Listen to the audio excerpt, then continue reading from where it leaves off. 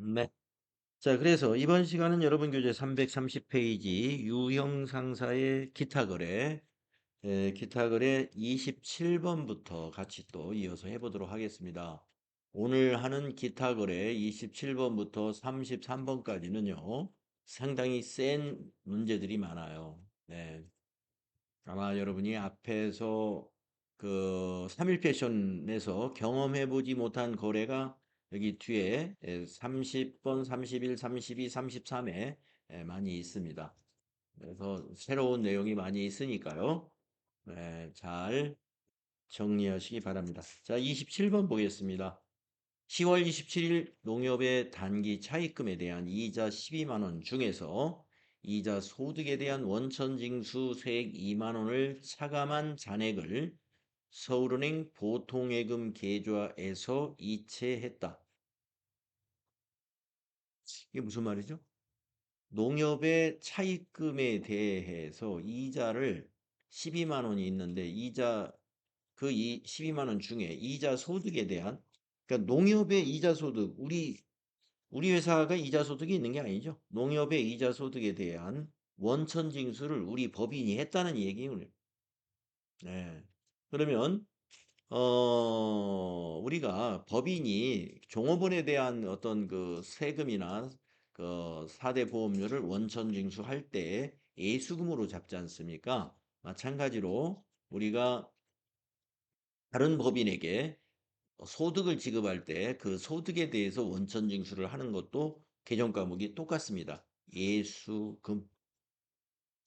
네.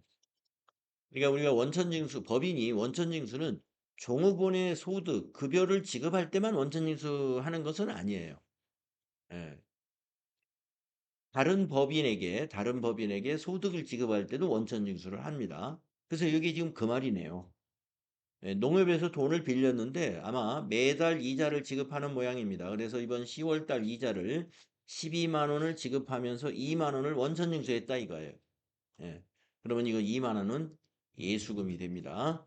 그리고 10만 원을 보통예금 계좌에서 이체시켰다 이 말이 되겠습니다. 잔액이 10만 원이죠. 예. 자, 이번 달에 발생한 이자 비용은 모두 얼마인가요? 예, 그렇습니다. 이번 달에 발생한 이자 비용은 12만 원이 되겠습니다. 그래서 차변의 이자 비용은 12만 원으로 인식을 해 주시고요. 대변의 예수금 부채 증가가 2만 원, 대변의 보통예금 자산 감소가 10만 원 이렇게 되는 겁니다. 네. 차변의 이자 비용은 12만 원입니다. 네. 자, 그러면 27번 문제 전표를 입력하면은요. 일반 전표 10월 27일 날짜에다가 차변의 이자 비용, 영업의 비용이죠. 931번. 네, 거래처는 네, 참고로 넣어주는 거예요. 농협. 적요는 10월분 이자. 금액은 12만 원. 대변의 예수금. 대변의 예수금. 뭐 거래처는 엔터로 그냥 지나가시면 되겠습니다. 2만 원. 또 대변의 103번 보통예금. 보통예금의 거래처는 서울은행 보통이 되겠네요. 서울은행 보통. 네. 금액은 10만 원. 네, 이렇게 됩니다. 자, 여러분 우리가 그동안 예수금 사례를요. 앞에서 3일 패션 할 때는 급여 대장을 보고 우리 여러분 그 회계 처리할 때 4대 보험료 공제한 거 세금 포함해서 그 예수금으로 처리했었고요. 그다음에 우리 메인 매출전표 입력할 때 그 거래 징수한 거 공급 받는 자에게 공급받는 자에게 부가세를 징수하잖아요. 예, 그것이 부가세 예수금이었어요. 그런 경우만 해봤었죠. 자, 이번에 여기에서는요. 지금 우리 유형 상사에서는 은행에 이자를 지급하면서 이자에 대한 에, 그 은행의 이자 소득에 대해서 소득 금액을 지급하면서 우리가 법인이 원천 징수한 거예요. 예, 그것도 예수금이다 하는 거예요. 예, 이런 경우도 있다. 다음은 28번으로 가보겠습니다. 28일 날, 10월 28일 날 안동상사에 대여한 반기대여금 500만 원과 이자 25만 원을 서울은행 보통예금 계좌로 회수했다. 예, 보통예금에 회수했으니까 입금되었다는 얘기고요. 원금하고 이자가 되니까 차변에 보통예금이 증가되어야죠. 예, 보통예금 차변에다가 원금 500에다가 25만 원, 525만 원 보통예금 자산 증가가 됩니다. 대신에 대변 쪽은 단기대여금이라는 자산이 감소가 돼요. 단기대여금 대변에 500만 원 기록하게 되면 자산 감소가 일어나죠.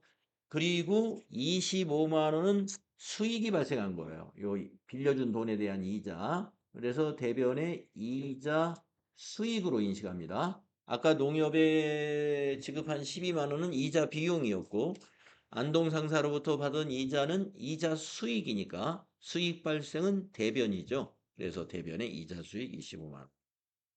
네, 이렇게 정리가 됩니다. 자, 입력하시죠.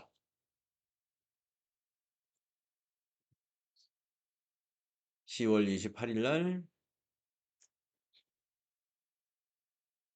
차변의 103번 보통예금 서울은행 보통으로 적요는 만들어 놓은 게 혹시 있나요? 예, 없는 것 같습니다. 그러면 여기다가 단기대여금 회수 단기대여금을 회수했다. 525만 원 대변에 단기대여금 114번 거래처는 어디가 될까요?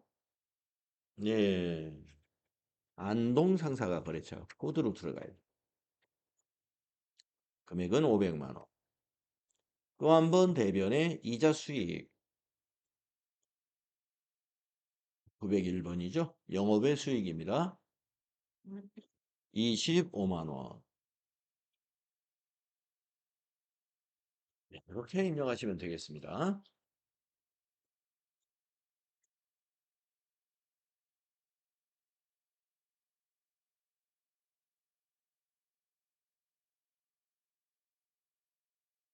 보통예금의 거래처에 98001 거래처 코드가 들어가 있어야 되고요. 단기대여금에는 00102 안동상사의 거래처 코드가 들어가 있어야 됩니다. 네. 네. 자, 단기대여금을 회수할 때 이자까지 같이 회수한 그런 거래였습니다. 다음 문제를 보겠습니다. 29일인데요. 10월 29일 만기가 도래한 서울은행 정기예금 1,000만 원을 해지하고 예, 정기예금 해지하는 문제 처음 나왔네요. 예, 3일 패션에서는 이런 적이 없었죠. 정기예금 1,000만 원이 만기가 됐다는 얘기예요. 그래서 예금의 원금과 원천징수 세액을 차감한 이자 25만 3,800원. 예, 그러니까 그 세금 뺀 차감 금액 25만 3,800원. 이것을 서울은행 보통예금 계좌에 입금 받았다는 얘기죠. 입금하였다. 입금 받았다. 그러면 여러분은 차변의 보통예금 증가시킬 거예요. 보통예금 차변에다가 정기예금 1,000만 원하고 이자 25만 3,800원 더해서 1,025만 3,800원 인식하시면 되고 자, 괄호 속을 보니까 원래 이자는 30만 원이라는 거예요. 그럼 우리는 이자 수익을 인식하는 것은요. 세금 공제하기 전인 이 30만 원을 이자 수익으로 인식해야 됩니다. 그러니까 우리가 대변에 인식해야 되는 이자 수익은 바로 요 30만 원이에요. 대변의 이자 수익 30만 원. 그리고 대변에 가야 되는 게 정기예금이 이제 만기가 됐으니까 이 정기예금이 없어져야 되잖아요. 그래서 대변의 정기예금 이렇게 감소시켜 줍니다. 대변에. 네. 그러면 이제 대변이 1,030만 원이 되잖아요. 예, 정기예금 대변 가고 이자 수익 30만 원 해서 1,030만 원. 그러면 차변 1,030만 원 만들어 볼까요? 자, 보통예금 요게 차변이잖아요. 여기로 입금됐으니까. 보통예금 차변인데 1,025만 3,800원이죠. 예. 그 차이가 뭐냐면 바로 요 세금입니다. 법인세하고 법인지방소득세. 예, 그래서 서울은행에서 그 돈을 지급할 때 요 42,000원에 4,200원, 합쳐서 46,200원이군요. 요 46,200원을 세금으로 공제한 거예요. 자, 그러면 우리 회사는 이 46,200원을 무슨 계정 과목으로 인식해야 되느냐 하면은요, 차변의 자산으로 잡습니다. 선납세금, 선납세금 처음 나왔네. 이론에서 아니 우리 그 결산정리분계에서 선납세금 수동분계 사항입니다 하면서 사전은 봤는데 3일 패션 할 때 선납세금이 있는지 합계잔액 시산표를 보니까 없었어요. 왜냐하면은 우리가 그 3일 패션 할 때는 정기예금 만기되었다라는 예제가 없었습니다. 없으니까 선납세금이 없었고 또 선납세금이 언제 있을 수 있냐면은 법인세를 중간에 예정 납부할 때가 있어요. 그때도 세금을 우리가 결산 이전에 미리 납부한다 해서 선납세금으로 자산으로 인식하거든요.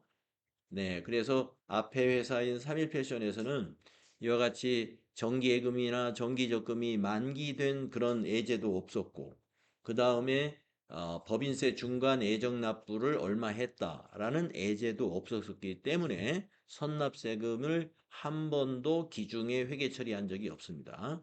네, 이번에 이제 음, 유형상사에서는 처음 나왔어요. 자, 선납세금 46,200원. 선납세금을 언제 인식하는지 여러분이 이제 아시게 됐다 이거예요. 자, 그러면 정리하면 이렇습니다. 아까 앞에 문제에서 농협에 이자 지급할 때 원천징수 했죠. 예수금이죠, 그거는. 그러니까 법인이 원천징수한 것은 예수금으로 부채로 인식하면 되는 거고 반대로 법인이 원천징수를 당한 거 그게 선납세금이에요. 반대의 경우. 예? 우리 법인이 원천징수를 당했다 이거예요. 은행으로부터 당했든 아니면 다른 기업으로부터 당했든 원천징수를 당한 거 다 선납세금으로 자산으로 기중에 회계 처리합니다. 그리고 기말에 가서 그걸 법인세로 대체시키고 나중에 결산하고 나면 법인세 차감전 이익을 가지고 법인세 예산액을 우리가 법인세로 인식해야 되거든요. 재무제표에. 그러면 법인세가 그때 이제 확정이 되는 거예요. 그래서 기납부했던 선납세금을 법인세로 대체한 나머지만 미지급 세금으로 결산 때 결산 수정분기에 반영을 하는 거예요. 근데 지난번에 그 3일 패션 할 때는 300만 원인가 그랬는데 300만 원 전부가 미지급 세금이었습니다. 왜 그러느냐? 아까 말씀드린 대로 앞에 회사 3일 패션 할 때는 선납세금이 하나도 없었어요. 그러니까 결산해 보니까 법인세가 300만 원 나왔네요. 그 전부가 우리가 납부해야 될 앞으로 납부해야 될 미지급 세금이 되는 거고. 이와 같이 뭐 4만 원이든 4만 6천 원이든 10만 원이든 선납세금이 있었으면 만약에 법인세 계산했더니 300만 원이더라. 그러면 이 선납세금으로 미리 납부한 그 10만 원은 빼고 290만 원만 미지급 세금으로 결산 때 반영이 되는 거죠. 그렇게 흘러가는 겁니다. 자, 다시 정리하면은 법인이 원천징수한 것은 예수금, 부채로 인식하시고 법인이 원천징수를 당한 것은 자산으로 인식하시는데 개정 과목은 선납세금 차변이다. 선납세금 차변이다. 네. 요 사실, 두 가지 사실을 다시 한번 잘 정리해 두십시오. 네. 그래서 10월 29일 분기에는요, FAT 1급에서 어려운 일반전표 입력 문제로 가끔 나옵니다. 음.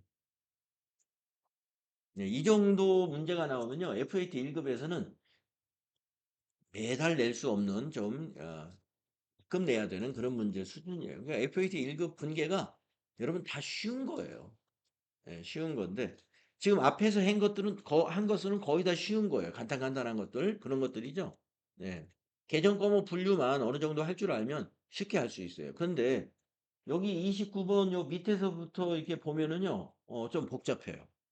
예. 자, 그러면 전표 한번 입력해 볼까요? 예. 대변에 두 개, 차변에 두 개, 모두 네 줄로 대체 전표로 입력을 하게 됩니다. 그러니까 복잡한 거예요. 자, 10월 29일 날 대변부터 한다면 대변의 정기예금 감소시켜주고 서울은행 거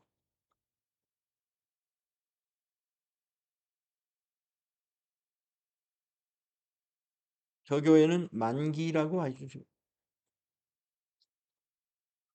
1,000만 원. 대변의 이자 수익 발생시켜 주시고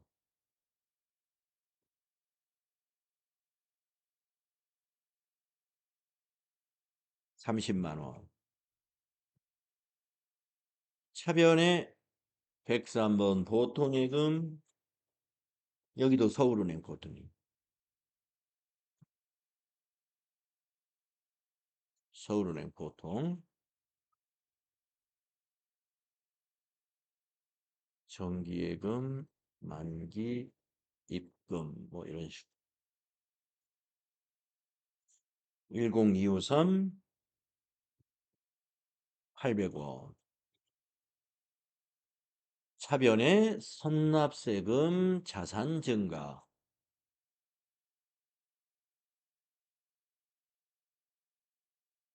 46,200원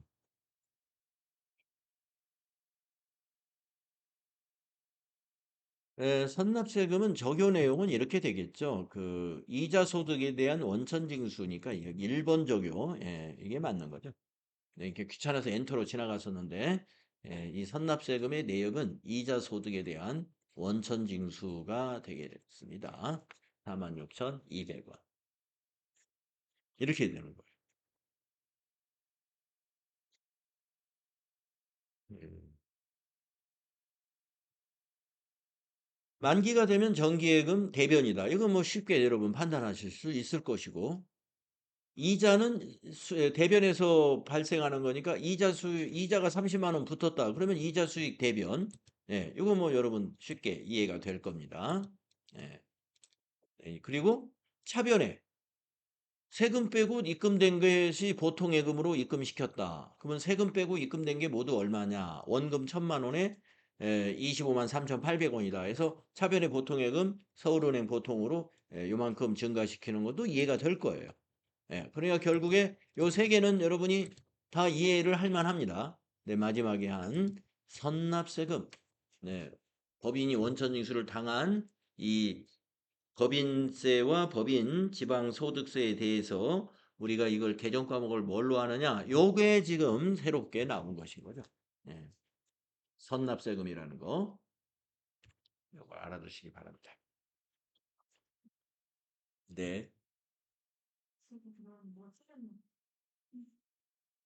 차익이 발생의 모양이죠.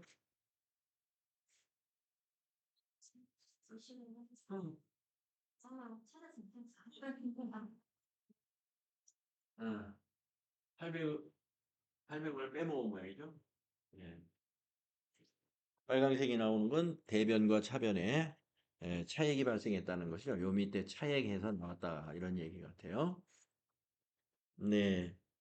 자, 29번 문제 잘 정리가 되셨고 선납세금을 특별히 잘 기억해 주시기 바랍니다.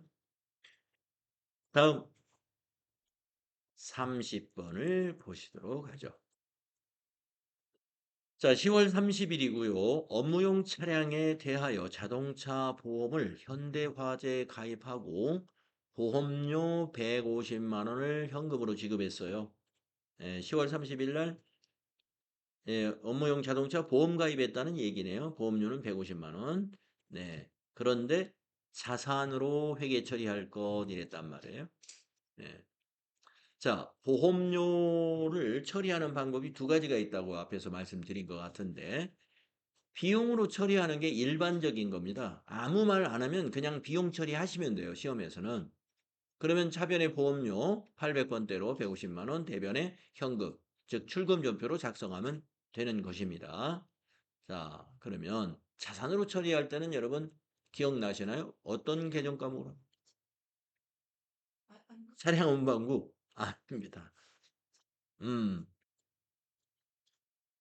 보험료를 보험료는 항상 선 지급하거든요. 왜냐면 보험 기간이 이게 150만 원이 보험 기간이 그 1년이에요. 그러면 10월 30일에 가입을 했으면은 보험 기간은 10월 30일, 26년도 10월 30일부터 27년도 10월 29일까지이므로 차기 것이 10개월치에 해당되잖아요. 예. 그래서 우리가 보험료는 제가 그 결산 수정부기 때 그런 말씀을 드렸을 거예요. 회사의 보험증권을 다 정리해 가지고 미경과한 보험료에 대해서 차기로 이연시켜야 된다. 예, 차기로 이연시켜야 된다고 말씀을 드렸고 그때 비용을 이연시키는 개정 과목은 네 글자 이거다라고 말씀을 드렸어요. 그런데 여기서는 미리 자산으로 처리한다는 거예요. 미리 자산. 그 미리 자산으로 처리하게 되면요. 결산 때는요. 비용을 발생시켜 줘야 돼요. 경과된 거를. 그러니까 11월, 12월 두 달치를 비용으로 발생시키는 수정분계를 해야 됩니다. 여기 30번처럼 자산으로 잡았을 때. 그러니까 여러분이 여기서 자산으로 회계 처리하라는 개정 과목을 알아내는 것은 뭐냐면 비용을 이연시킬 때 쓰는 자산 개정 과목이 뭔지를 알아야 돼요. 예, 선납 비용. 선납이 아니고 선급 비용. 예. 아까 세금에서는 선납 세금이라고 합니다만은 비용은 선급 비용이라고 합니다. 그래서 당좌자산 공부할 때 여러분들 선급금과 선급 비용이다라는 주제로 정리했었어요. 선급금은 계약금이고 선급 비용은 결산 때 차기의 비용을 차기로 이연시킬 때 사용하는 당좌자산 계정이다. 이렇게. 예. 선급 비용입니다. 예. 개정 과목이 좀 어려워요. 선급 비용. 시험 준비를 이렇게 잘 하신 분들은 이런 것들을 다 알게 되죠.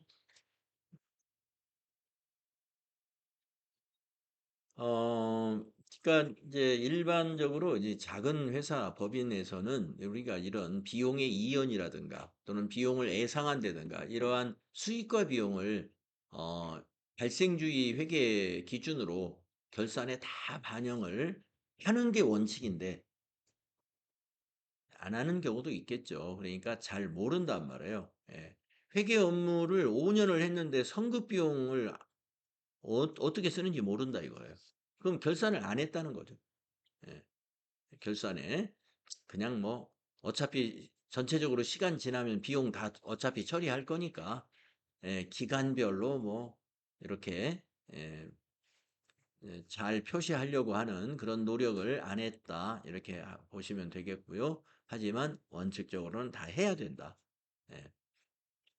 자, 그러면 자산으로 잡아볼까요? 차변의 선급 비용이니까요. 출금 전표로 한번 작성해 보십시오. 자, 10월 30일이고요. 출금하시고 선급 비용 잡으셔야 돼요. 선급 비용 133입니다. 네, 거래처는 뭐 어느 보험회사가 되겠지만은 그냥 현대화재인가요? 네, 현대화재 코드는 안 걸어도 됩니다.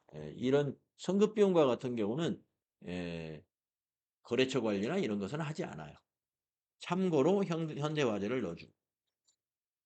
예, 적요는 이제 우리가 무슨 보험료다라고 예, 자동차 보험이라고 적요를 넣어주시면 되겠습니다.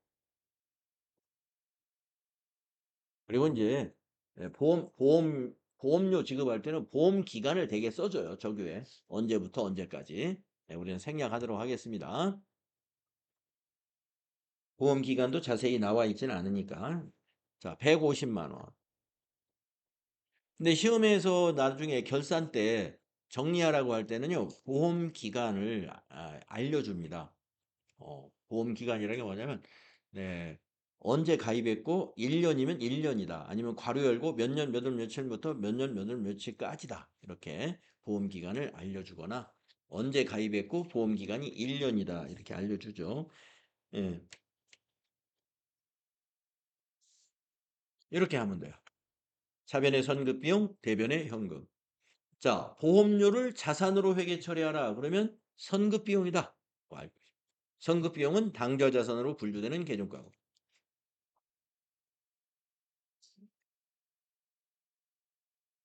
자, 다음에 이제 31번으로 가보겠습니다. 네, 이것도 가끔 나오는데 나오면 대부분 틀려요.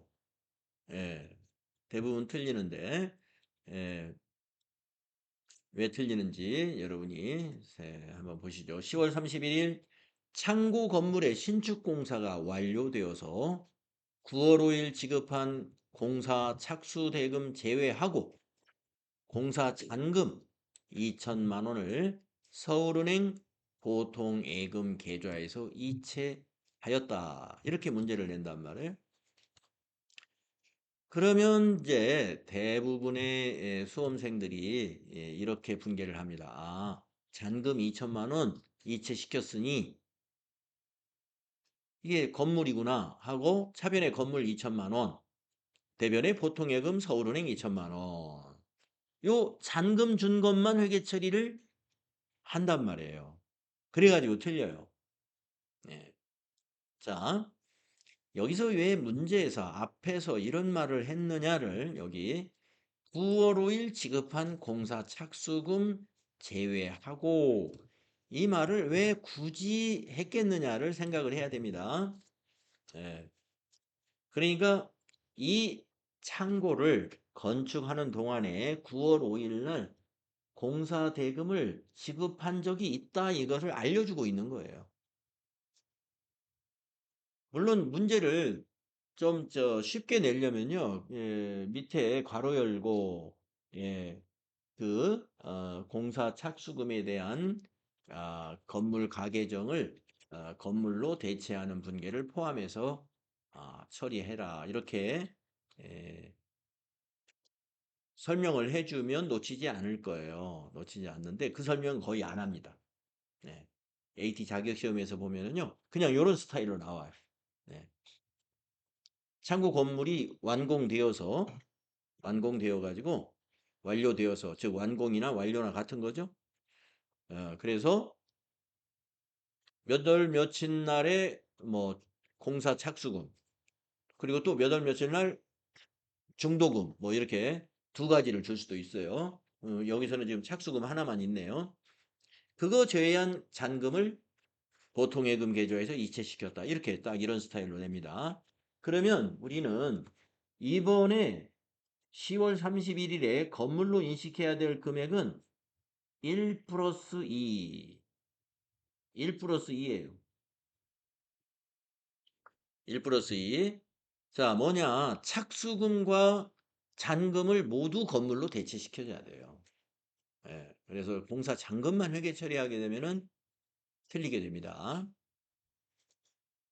그러면 9월 5일 날에 전표를 조회해 봐야 되겠죠. 예, 자, 9월 5일 일반 전표에 가서 착수금이 얼마였는지 확인해 봅니다. 예, 9월 5일을 딱 입력해 보면 알 수가 있어요. 9월 5일 날.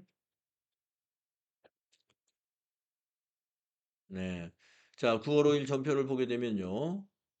건설 중인 자산 1,000만 원 잡혀 있습니다. 네. 보통예금에서 계좌이체 시켰죠.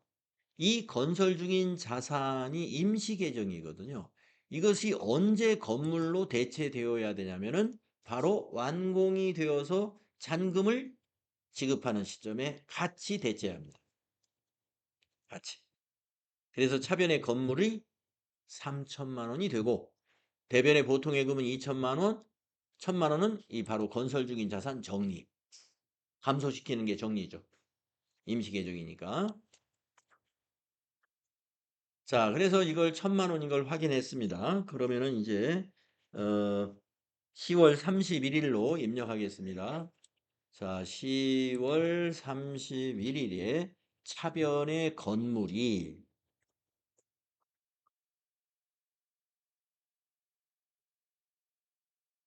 차변의 건물이 아, 건물의 뭐 같죠. 아, 개정 과목에 완성 건물 있었나요? 예, 그냥 건물로 하시면 됩니다. 예. 내용적으로는 같은 겁니다. 완성 건물. 예, 밑에 적요에 적당한 게 없네요. 네, 창고 건물 완공이라고 해주시고 3천만 원. 3천만 원 인식해 주시고요. 대변에 103번 보통예금에서 2천만 원이 그 계좌 이체되죠? 예. 거래처 코드는 서울은행 코드 걸어주시고 서울은행 보통. 그리고 적요에는 창고 건물 공사 잔금 이렇게 적용을 넣어주면 되는 거죠. 2천만 원은.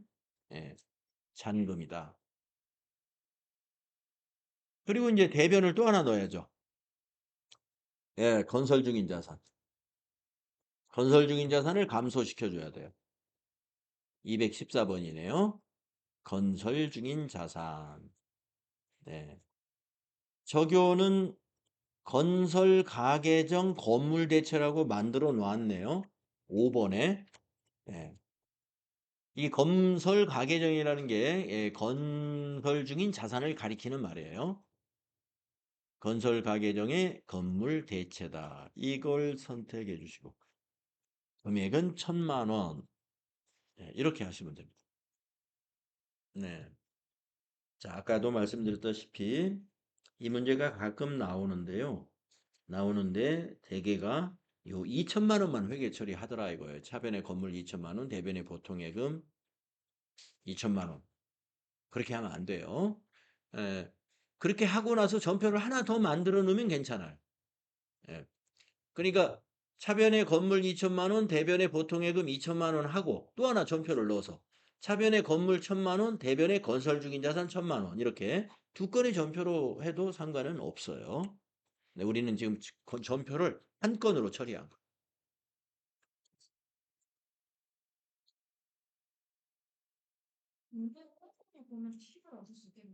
그렇습니다. 그렇습니다. 예, 예. 예, 우리가 문제를 줄 때 자료 설명이라는 걸 주거든요. 자료 설명에 있는 내용을 놓치지 마시고 다 읽으셔야 됩니다. 거기에 다 모든 내용이 다 들어 있어요. 그렇죠. 네. 맞습니다. 네. 네. 맞습니다.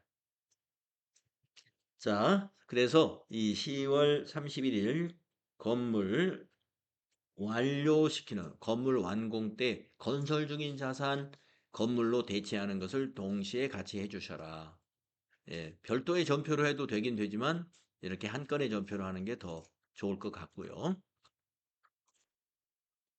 다음은 또 32번을 보시죠. 32번은 창고 건물을 등록하면서 법령에 의거하여 공채를 액면 금액으로 구입하고 대금 30만 원은 현금으로 지급했다. 그러니까 그 공채의 액면 금액이 30만 원이라는 얘기죠. 예, 그러면 대변의 현금은 30만 원이 되겠고.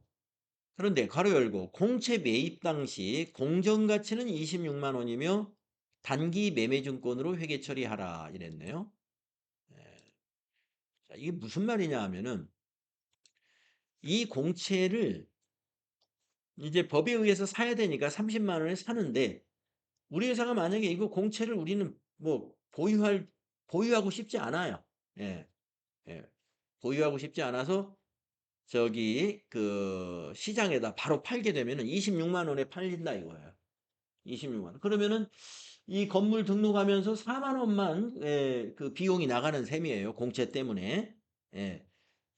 원래 공채는 시장에서 26만 원에 이제 팔으니까 돈을 회수할 수 있는 거잖아요. 팔아버리면. 회수할 수 있는 돈이 26만 원이다 이런 얘기입니다. 자, 이때 그러면은 지금 이건 무슨 말이냐면 우리 회사는 이 공채를 보관하겠다 이거예요. 네, 시장에 안 팔아요.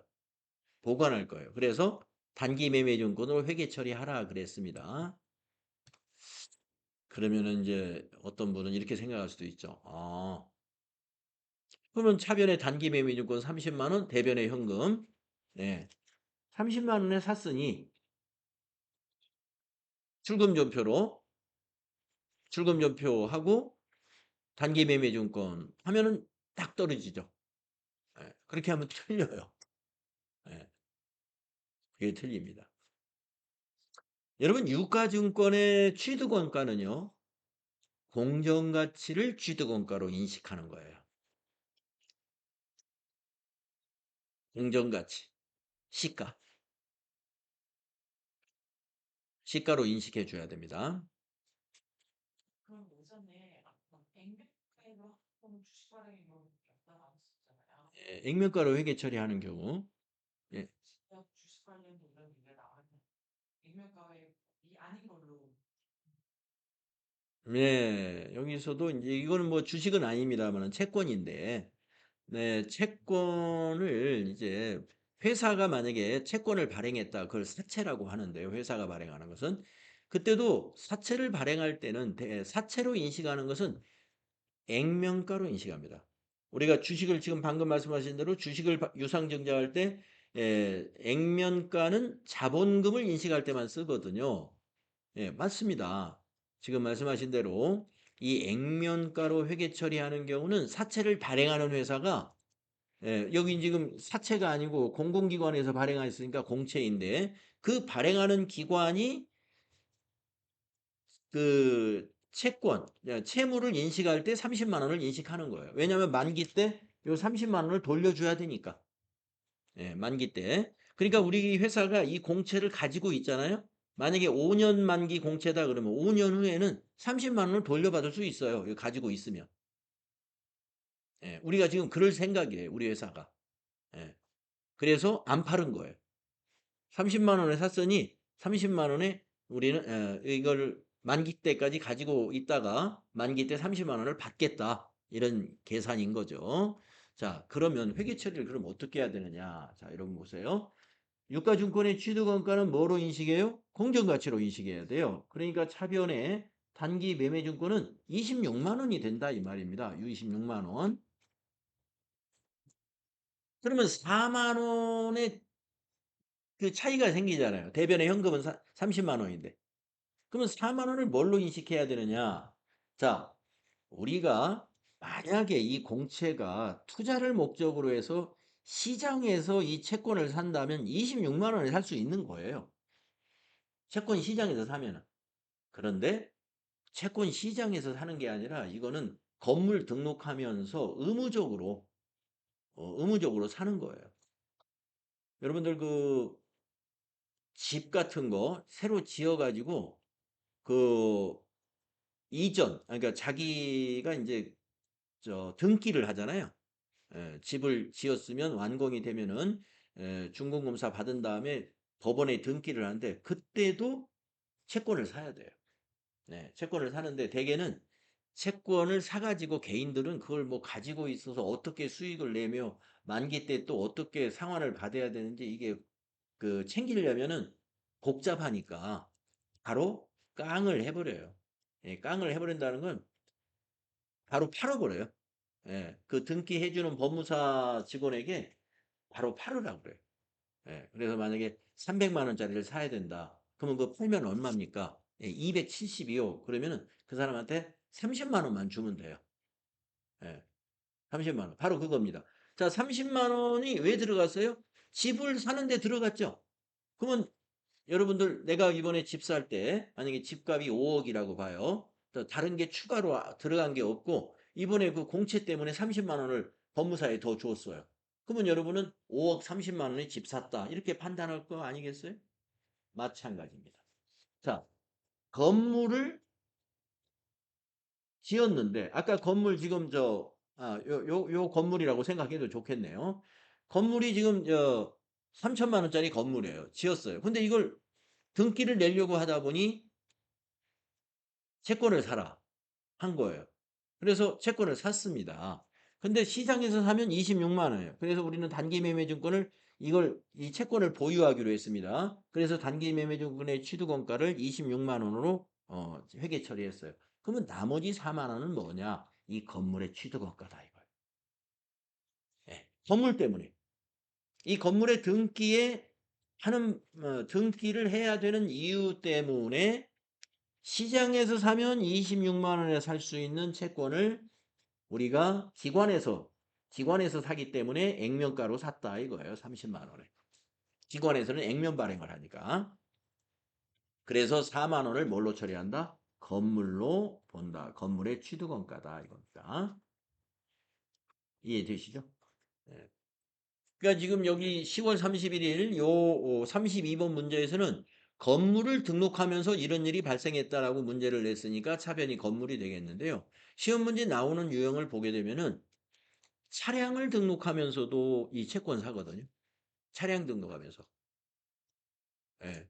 그러니까 차량을 등록할 때도 마찬가지예요. 아까 이제 법무사 얘기를 했습니다만은 차량을 등록할 때는 만약에 현대자동차를 산다 그러면 현대자동차에 영업사원이 와가지고 견적을 뽑아주잖아요. 그러면 만약에 차값이 2천만 원이다. 사장님, 채권을 사셔야 되는데 채권을 50만 원짜리를 사야 되는데 에, 채권을 보유하시겠어요? 아니면 그냥 팔아드릴까요? 이렇게 물어본단 말이에요, 영업사원. 그러면 대부분 다 팔아달라고 그래요. 예. 개인들은 그거 잘 보유하려고 하지 않아요. 또 기다렸다가 그 만기 때도 신청해야 되고 이런 절차가 있으니까. 그럼 팔아달라고 합니다. 그러면 50만 원짜리 팔면 얼마인데요? 46만 원입니다. 그랬다고 봐요. 그러면은 영업사원한테 자, 자동차값 2천만 원에다가 그 4만 원 차이 나죠? 4만 원만 더 주면 돼요. 예.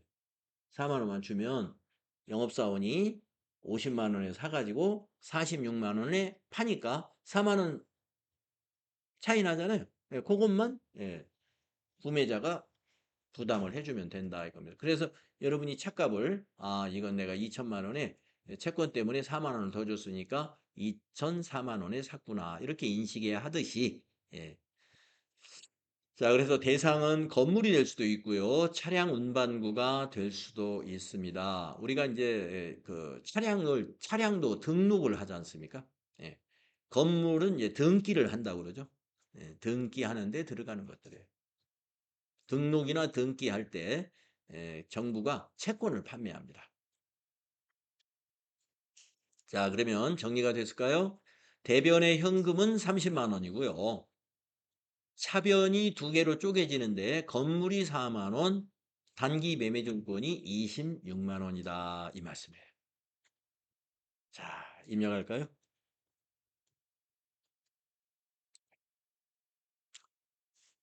날짜는 같네요. 10월 31일.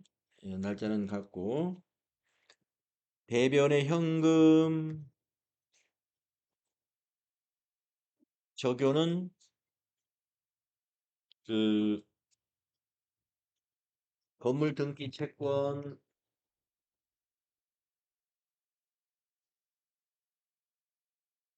금액은 30만 원, 현금 감소, 차변의 단기 매매 증권이 26만 원. 또 차변에 건물이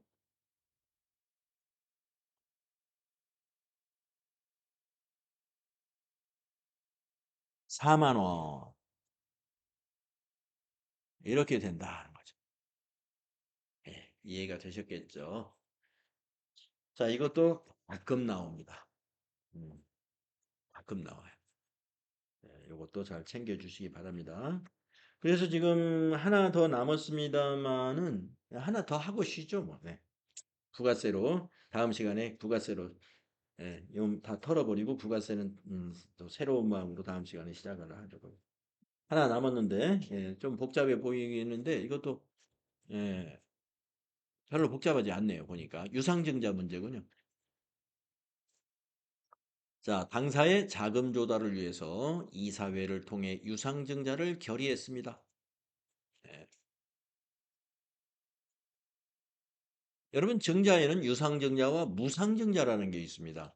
유상증자는 주식을 대금을 받고 주주에게 주식을 발행해 주는 게 유상증자예요. 일반적인 거.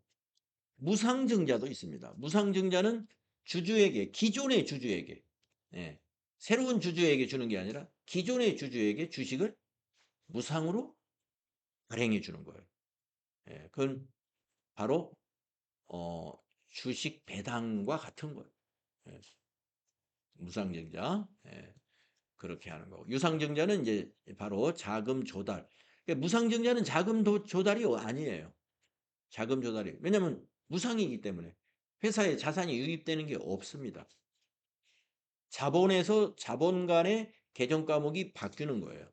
그러나 유상증자는 자산이 들어오죠. 그래서 회사의 자금 조달을 위해 유상증자를 할 수가 있습니다. 자, 그래서 서울은행 보통예금 계좌로 유상증자 대금이 입금이 되었습니다. 유상증자와 관련하여 200만 원의 수수료 등을 차감하고 입금이 되었습니다. 이랬어요. 그러면 얼마 입금되었는지 한번 따져볼게요. 한 주당 12,000원에 발행했는데 모두 5,000주를 증자했습니다. 5,000주 발행했다는 얘기죠. 그러면 5,000주 곱하기 12,000원을 하면 5, 25일은 6,000. 예, 6천만 원이죠.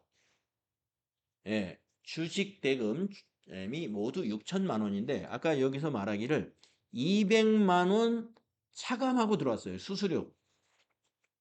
그러면 5,800만 원이 입금이 된 거예요. 자, 그러면 정리를 해볼까요?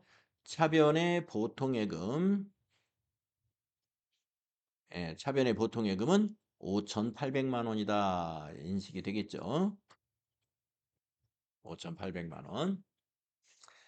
자, 아까도 이제 질문 중에 있으셨는데, 항상 액면가로 처리해야 되는, 예, 증자 시 액면가로 처리해야 되는 게 바로 대변의 자본금입니다. 예, 대변의 자본금. 자본금은 대변에 가든 차변에 가든 언제나 액면가로 표시하는 거예요.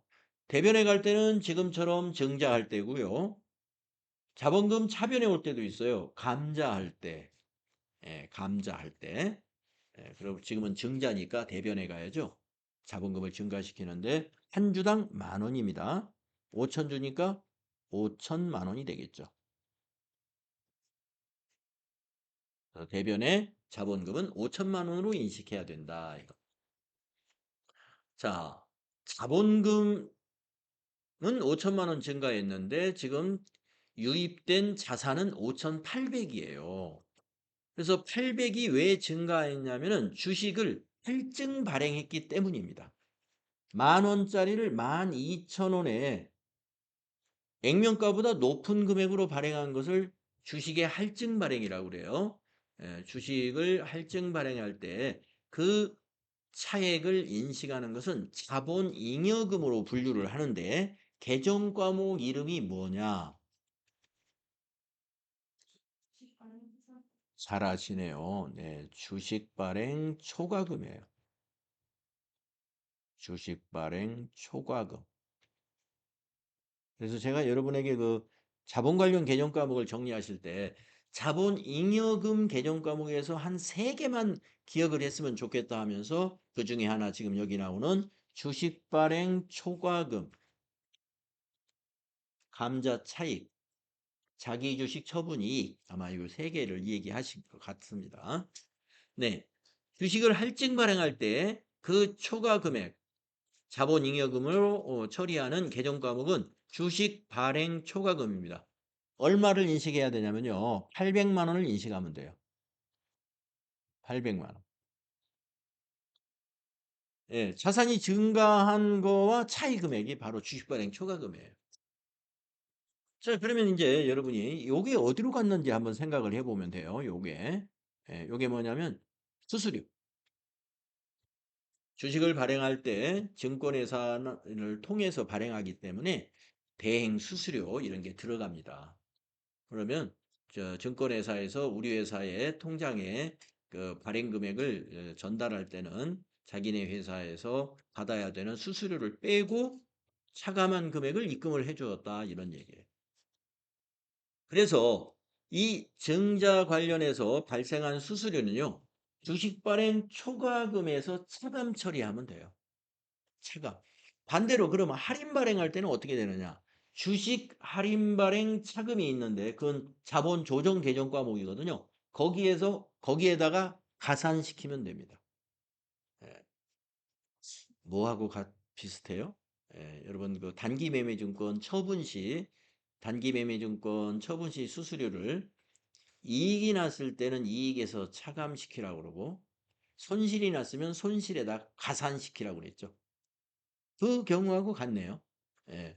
주식을 발행할 때 발행과 관련된 수수료는 할증 발행 시 주식 발행 초과금에서 차감시키고 할인 발행 시에는 주식 할인 발행 차금이라는 개정 과목이 있는데 그 주식 할인 발행 차금에 가산시켜라. 이런 기준이 있어요.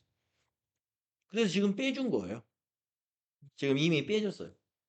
자, 원래는 10,000원짜리를 12,000원에 발행하면 한 주당 2,000원씩 할증 발행했기 때문에 2,000원 곱하기 5,000주 하면 1,000만 원입니다. 주식 발행 초과금이. 요 수수료가 없었다면 1,000만 원으로 인식해야죠. 그런데 수수료가 있으니까 주식 발행 초과금을 800만 인식하게 된 거예요. 네, 그래서 이렇게 정리하면 됩니다. 대변의 자본금 5천만 원, 대변의 주식 발행 초과금 800만 원이 되고요. 차변은 요거 하나예요. 보통예금 5,800만 원. 네. 네. 공개는 따로 안 해줘도 된다는 말씀이시죠? 해서는 안 돼요. 예, 지금처럼 이렇게 이 분계 속에 들어가 있는 거예요. 저 수수료가 비용 처리되지 않고 주식 발행 초과금에서 차감하는 방식으로 반영이 된 거예요. 예, 수수료 분계는 없어야 된다는 거죠. 예, 주식 발행 초과금에서 차감 처리해라. 이런 얘기입니다. 예, 유상증자의 아주 기본적인 형식이고요. 만약에 여러분에게 유상증자 문제가 나온다 그러면 딱 이런 식으로 나올 거예요. FAT 1급에서는 그렇게 더 복잡하게는 내지 않아요. 이게 아주 뭐냐면 기본 형식이라고 할까요? 유상증자의 기본 형식. 예, 기본 분계 형식이다라고 생각하시고 잘 익혀 두십시오. 자, 그러면 전표를 입력을 하시겠습니다. 이 세 번째 전표네요. 네, 차변의 103번 보통예금, 네, 서울은행 코드 걸어주시고, 서울은행 보통 코드 걸어주시고, 저교에는 유상증자 또는 주식대금 이렇게 하셔도 되고, 유상증자라고 하셔도 충분합니다. 네, 5,800만 원이었죠? 대변의 자본금, 대변의 자본금 5천만 원이었죠? 또 대변의 주식 발행 초과금, 주식 발행 초과금 341, 800만 원이었죠? 예, 요 분계가 가능하셔야 된다. 네, 오늘 이 시간에 했던 그 기타 거래 중에 어, 생소한 것들이 많이 있었고요. FAT 1급의 일반 전표 입력 문제에서 요런 문제가 나온다면 까다로운 문제로 하나가 나올 수 있는 예, 그런 문제 형식이었습니다.